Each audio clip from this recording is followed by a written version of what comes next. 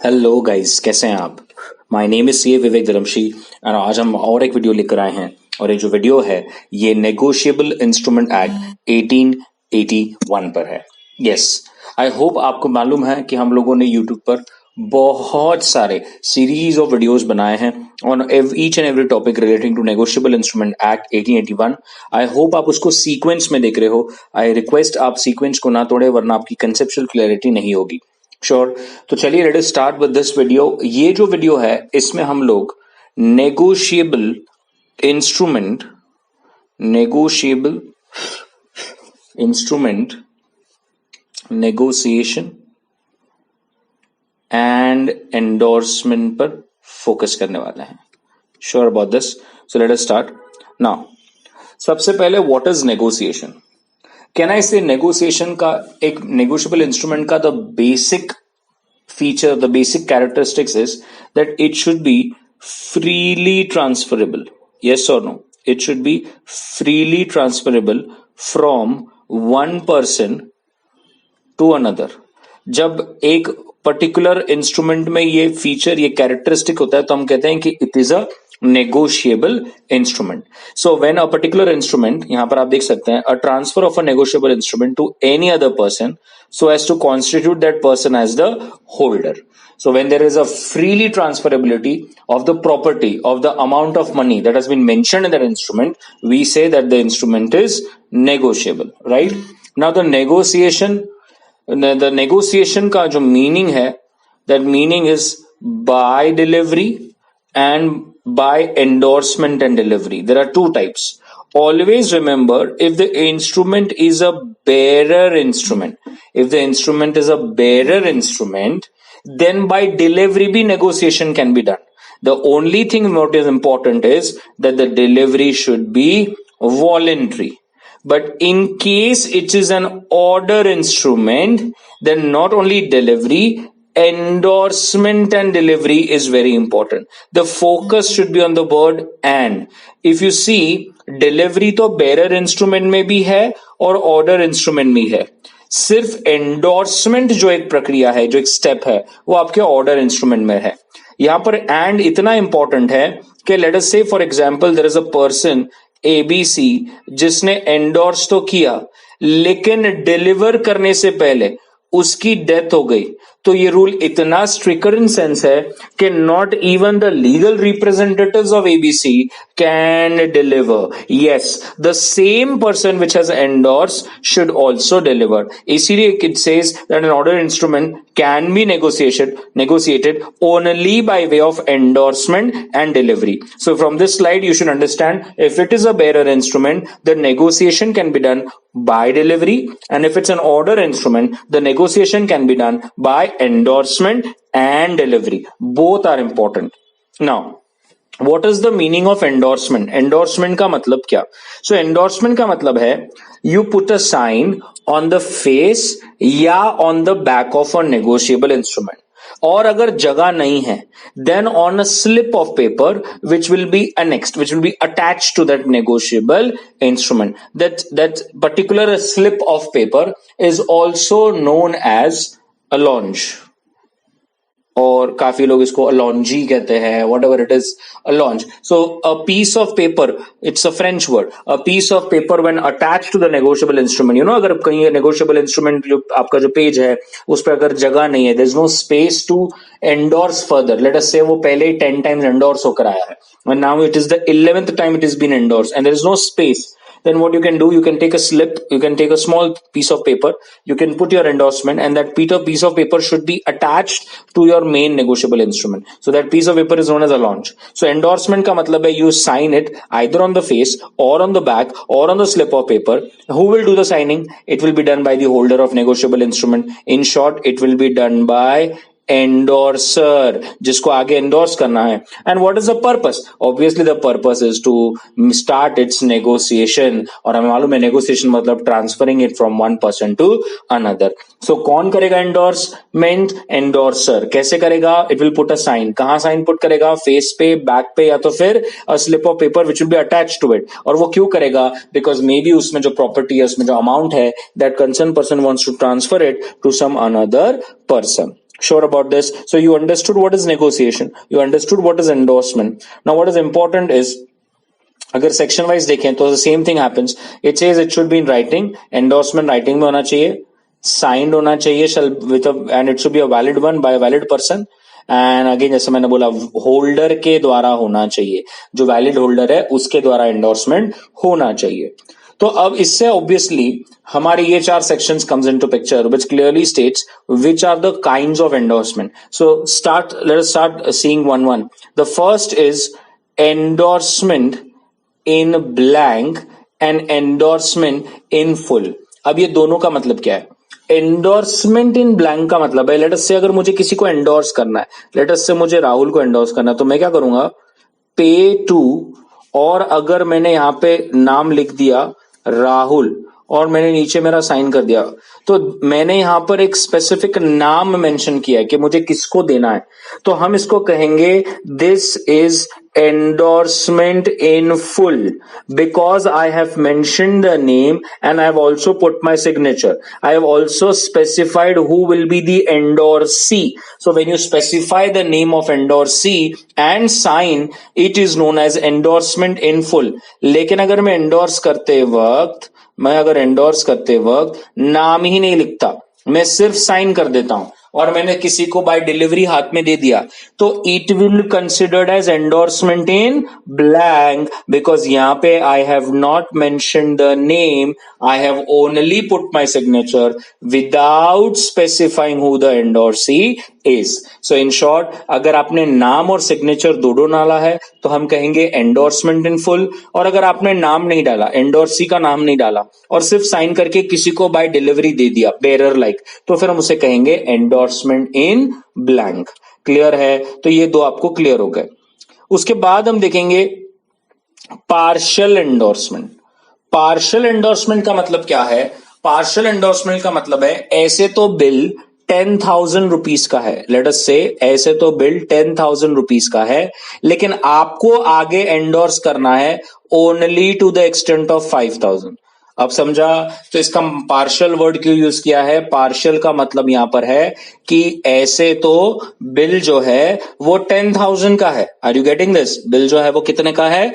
10,000 का. लेकिन आपको आगे क्या पूरी अमाउंट के लिए एंडोर्स करना है क्या? नहीं, मुझे तो सिर्फ और सिर्फ पार्शियल अमाउंट के लिए एंडोर्स करना है. तो पहले मैं आपको ये क्लियर कर दूं कि when you are doing a partial endorsement, it is invalid, it can not be done. आप बोलेंगे सर फिर आपने यहां पे क्यों बताया? इट कैन बी डन अगर सच में जो अमाउंट जिसके लिए आप नेगोशिएट नहीं कर रहे हो वो पे हो चुका है. सो अगर आप यहां पर एग्जांपल देखेंगे जो मैं रेड से अंडरलाइन कर रहा हूं, अ बिल में B endorse pay A or order 5,000 being the unpaid amount. इसका मतलब जो 5,000 था वो पे हो चुका है. Whenever you want to go for a partial endorsement, the amount that you don't intend to endorse should be paid. The remaining unpaid amount के लिए you can endorse, but if it is not paid and you try to endorse it only for a partial amount, it will be considered as invalid. Clear है? So partial endorsement आपको समझ गया कि bill 10,000 का है लेकिन आपको आगे एंडोर्स उसकी कम अमाउंट का करना है, तो हम उसे कहेंगे पार्शियल एंडोर्समेंट. क्या यहां तक क्लियर है? Sure about this?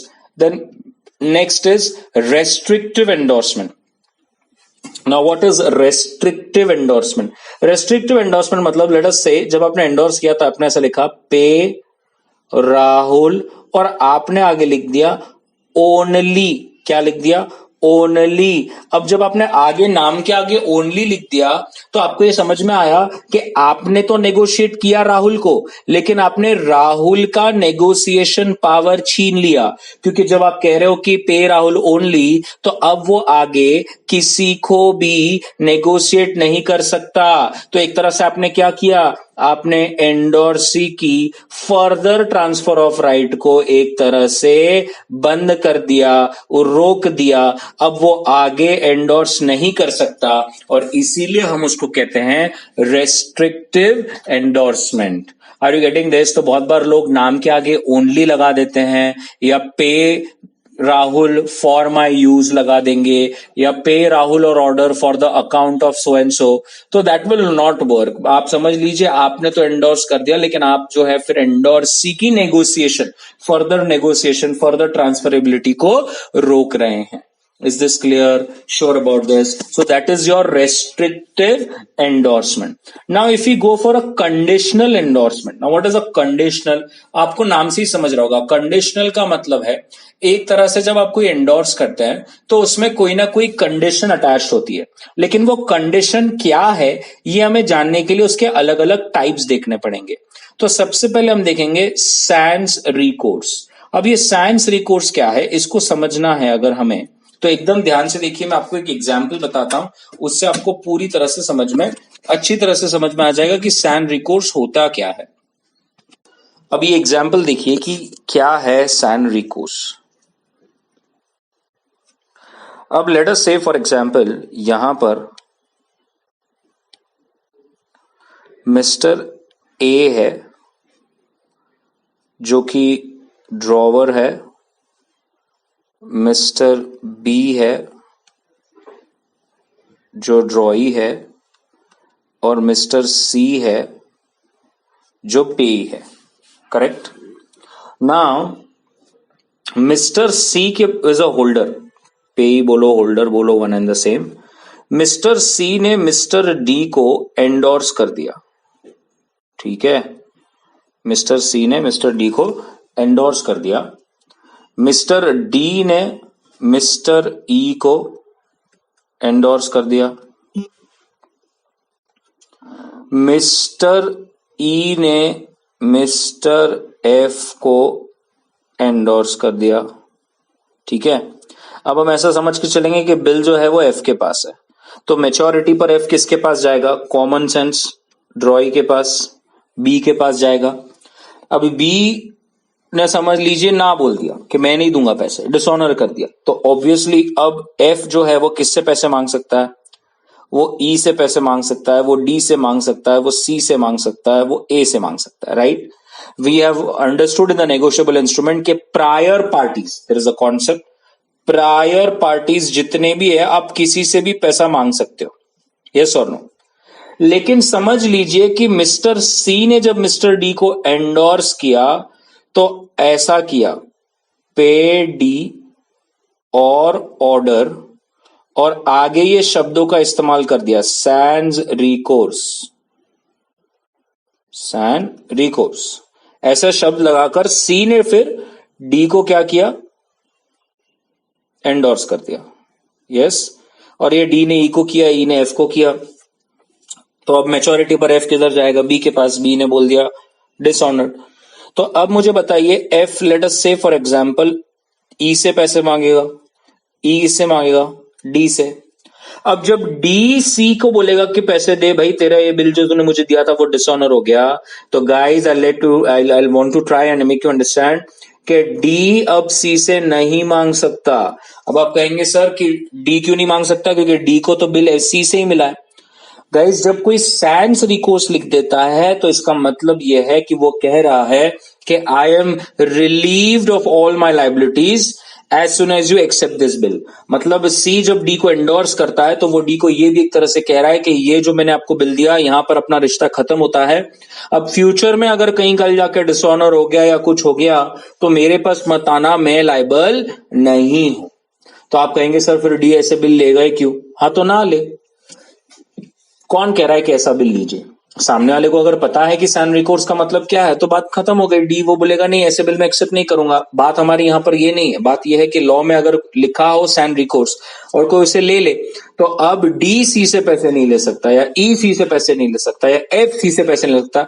सी से कोई भी पैसे नहीं ले सकता क्योंकि सी अपनी लाइबिलिटी से रिलीव हो गया. उसने सैन रिकोर्स लिखकर एंडोर्स किया था और सामने वाले ने उसको एक्सेप्ट किया.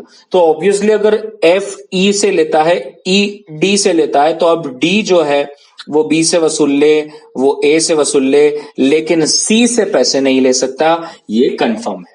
Sure about this. तो आई होप आपको सैन रिकोर्स समझ गया. सैन रिकोर्स का मतलब है you will not be, the concern person will not be liable, you are accepting this bill at your own risk. Sure. So that is your sans recourse.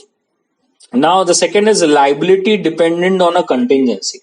अब ये जब आप endorse करते हो तो आप एक स्पेसिफिक इवेंट को मेंशन करते हो और आप कहते हो कि अगर ये इवेंट हुआ तो ही मैं लाइबल हूं.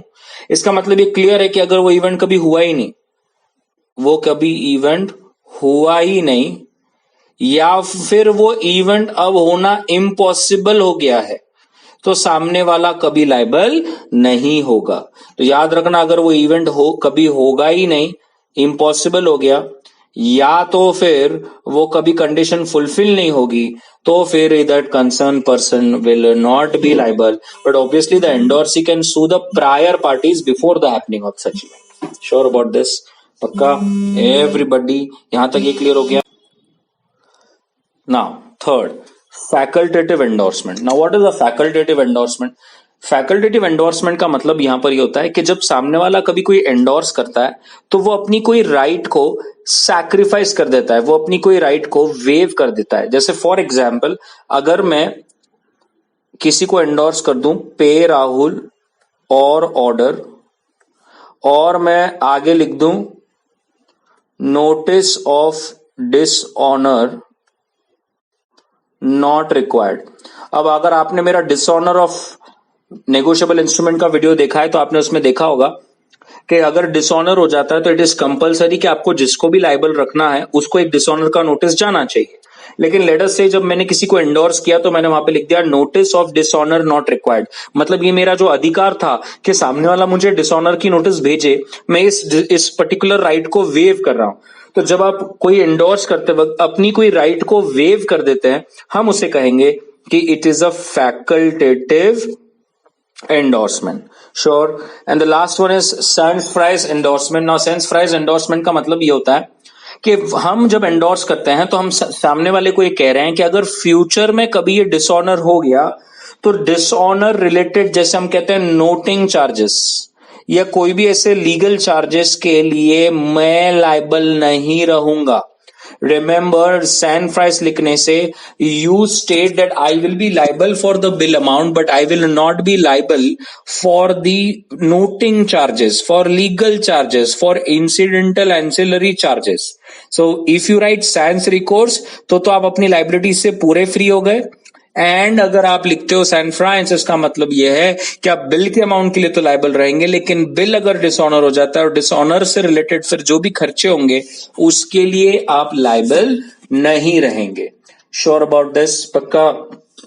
अब कैंसलेशन ऑफ एंडोर्समेंट एक कॉन्सेप्ट है।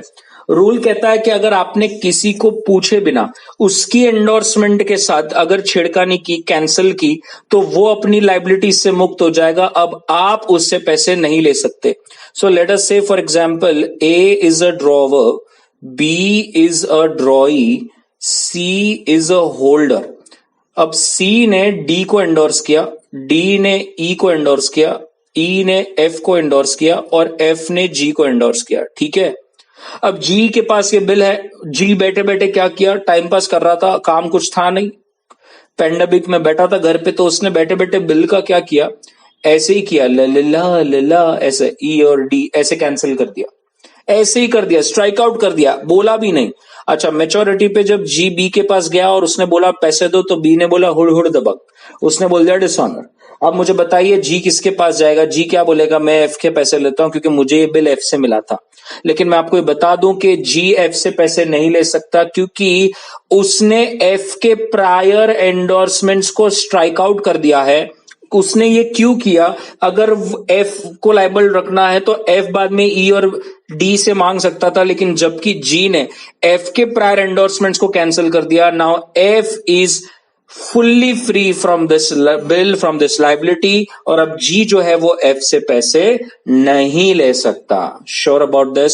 मैंने यहां पर एग्जांपल दिया है लेकिन मैंने आपको डायग्रामेटिकली भी बता दिया, तो आई होप आपको यहां तक पूरा समझ में आ गया। एक और चीज देखेंगे, नेगोशिएशन बैक क्या होता है। अब नेगोशिएशन बैक का मतलब है an endorser after negotiating again becomes a holder. तो अगर फिर से एक एग्जांपल हम लोग यहां पर ले लें, ए जो है वो ड्रॉवर है, बी जो है वो ड्रॉई है, सी जो है वो पेई या होल्डर है। ठीक है? अब कुछ ऐसा हो गया, सी ने डी को एंडोर्स किया, डी ने ई को एंडोर्स किया, ई ने एफ को एंडोर्स किया और एफ ने सी को एंडोर्स किया। अब इसको तो हम ये कहेंगे कि ऐसा बिल जो आपने ही किसी को एंडोर्स किया था और घूम के आप ही के पास आ गया।